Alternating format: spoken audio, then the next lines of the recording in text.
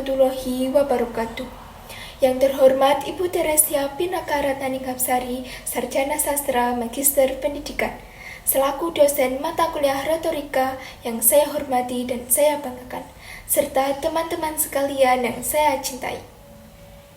Segala puji dan syukur marilah kita panjatkan kehadirat Allah Subhanahu wa Ta'ala, karena rahmat, taufik dan hidayahnya kita semua diberikan kesehatan, kesempatan sehingga dapat berkumpul pada hari yang penuh berkah ini. Tak lupa selawat serta salam semoga senantiasa tercurahkan kepada junjungan kita Nabi Muhammad SAW, karena telah membawa kita dari zaman kebodohan menuju zaman pengetahuan. Kesehatan merupakan anugerah yang paling berharga yang Allah berikan kepada diri kita. Seringkali kita tidak menyadari betapa berharganya kesehatan, hingga akhirnya kita jatuh sakit dan baru merasa kehilangan. Padahal tanpa kesehatan kita tidak bisa melakukan aktivitas dengan baik. Harta, jabatan, maupun cita-cita yang tinggi tidak ada artinya jika tubuh kita lemah dan tidak sehat. Kita semua tentu pernah mendengar pepatah, di dalam tubuh yang sehat terdapat jiwa yang kuat. Pepatah ini menunjukkan bahwa kesehatan jasmani dan rohani memiliki hubungan yang sangat erat. Jika tubuh kita sehat, pikiran kita pun akan jernih. Semangat meningkat dan daya juang kita pun akan lebih kuat. Namun teman-teman, realitanya banyak dari kita yang sering mengabaikan kesehatan. Kita sibuk dengan tugas kuliah, pekerjaan, dan aktivitas sehari-hari, sehingga lupa menjaga pola makan, waktu istirahat, dan kita pun sering begadang, jarang berolahraga, bahkan tidak jarang melewatkan sarapan pagi.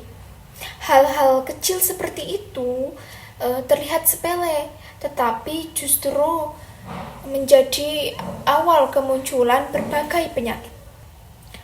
Padahal menjaga kebutuhan tidaklah sulit. Kita perlu menerapkan pola hidup yang seimbang, makan makanan bergizi, minum air putih yang cukup, tidur yang cukup, serta meluangkan waktu untuk berolahraga. Olahraga tidak harus yang berat, cukup dengan berjalan kaki atau bersepeda. Selain menjaga kesehatan fisik, kita juga perlu untuk menjaga kesehatan mental. Kesehatan mental sama pentingnya dengan kesehatan tubuh. Ketika pikiran kita stres, cemas, tidak tenang, hal itu bisa mempengaruhi kondisi fisik kita.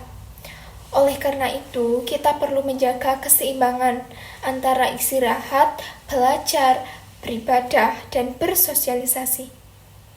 Luangkan waktu untuk bersantai, berbicara dengan orang terdekat, dan melakukan hal-hal yang membuat kita bahagia. Dengan tubuh dan pikiran yang sehat, kita akan menjalani kehidupan dengan lebih produktif dan lebih bermakna. Kita bisa belajar fokus, bekerja dengan semangat, dan berpikir dengan jernih. Teman-teman yang saya banggakan, menjaga kesehatan sejak dini bukan hanya untuk kepentingan pribadi, tetapi merupakan bentuk tanggung jawab terhadap masa depan. Bangsa yang kuat adalah bangsa yang masyarakatnya sehat, baik secara jasmani maupun rohani.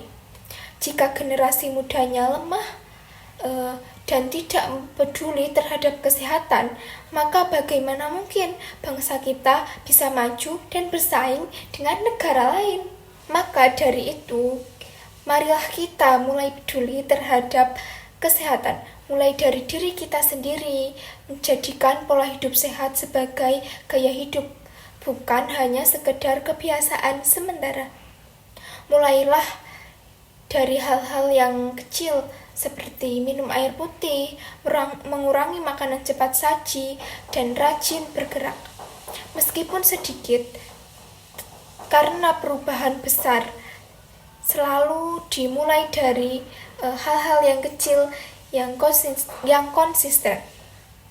Teman-teman sekalian, sehat bukan berarti hanya bebas dari penyakit. Sehat berarti mampu menikmati hidup dengan penuh rasa syukur, memiliki semangat kerja yang baik, dan dapat memberikan manfaat bagi orang lain. Menjaga kesehatan berarti kita menghargai anugerah Tuhan yang diberikan kepada tubuh dan jiwa kita. Oleh karena itu, mulailah dari sekarang mencintai dirimu dan menjaga kesehatan. Karena dengan tubuh yang sehat, kita dapat meraih cita-cita, mewujudkan impian, dan menjadi generasi penerus bangsa yang kuat dan tangguh. Demikian pidato yang dapat saya sampaikan. Semoga apa yang telah saya sampaikan hari ini dapat memberikan manfaat dan menjadi pengingat bagi kalian semua untuk lebih peduli terhadap kesehatan sejak dini. Saya mohon maaf apabila ada kesalahan dalam penyampaian materi. Terima kasih atas perhatian Ibu Teresia Pinaka dan teman-teman sekalian. Wassalamualaikum warahmatullahi wabarakatuh.